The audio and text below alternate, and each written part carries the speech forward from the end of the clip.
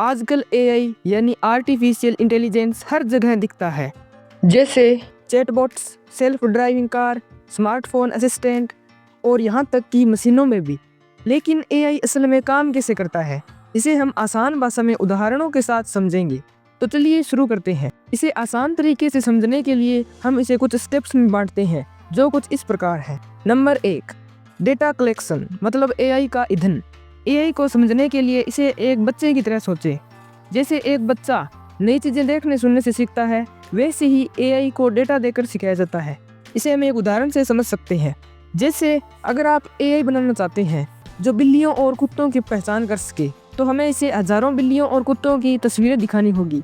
AI के data sources: internet से इकट्ठा किया गया डेटा, सेंसर से मिला डेटा जैसे सेल्फ ड्राइविंग कार में कैमरा और रडार से मिला डेटा, मैन्युअली दर्ज किया गया डेटा।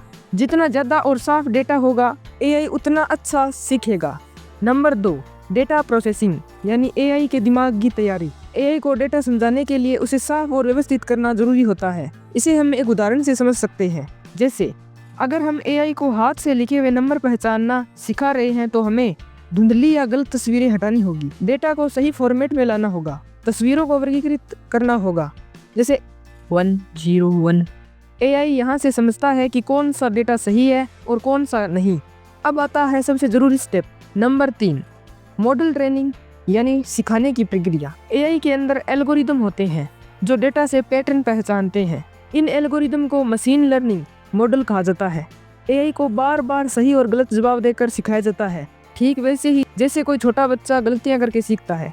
इसे हम एक उदाहरण से समझ सकते हैं। जैसे अगर हम एआई को स्पैम ईमेल पहचानना सिखा रहे हैं, तो हम इसे हजारों ईमेल दिखाएंगे और बताएंगे कि कौन सा स्पैम है और कौन सा सामान्य ईमेल है। एआई हर बार अपनी गलतियों से सीखता है और अगली बार बेहतर जवाब देता है। नंबर 4, मॉडल टेस्टिंग मतलब एआई का एग्जाम। एआई के सीखने के बाद उसे टेस्ट किया जाता है कि वो सही काम कर रहा है या नहीं। इसे हम एक उदाहरण से समझ सकते हैं। जैसे अगर हमने एआई को बिल्लियां और कुत्ते पहचानना सिखाया है, तो अब हम इसे नई तस्वीरें देंगे जो इसने पहले कभी नहीं देखी। अगर एआई पहचान ले कि ये बिल्ली है और ये कुत्ता, तो मतलब यह अच्छा सीख चुका है। अगर गलती करता है तो इसे और डेटा देकर सुधार किया जाता है। यही कारण है कि एआई को लगातार अपग्रेड और ट्रेन किया जाता है।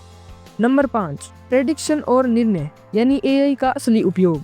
अब जब एआई सीख चुका है, तो वह अपने ज्ञान का उपयोग करके निर्णय लेता है। इसे हम कुछ उदाहरण से समझ सकते हैं।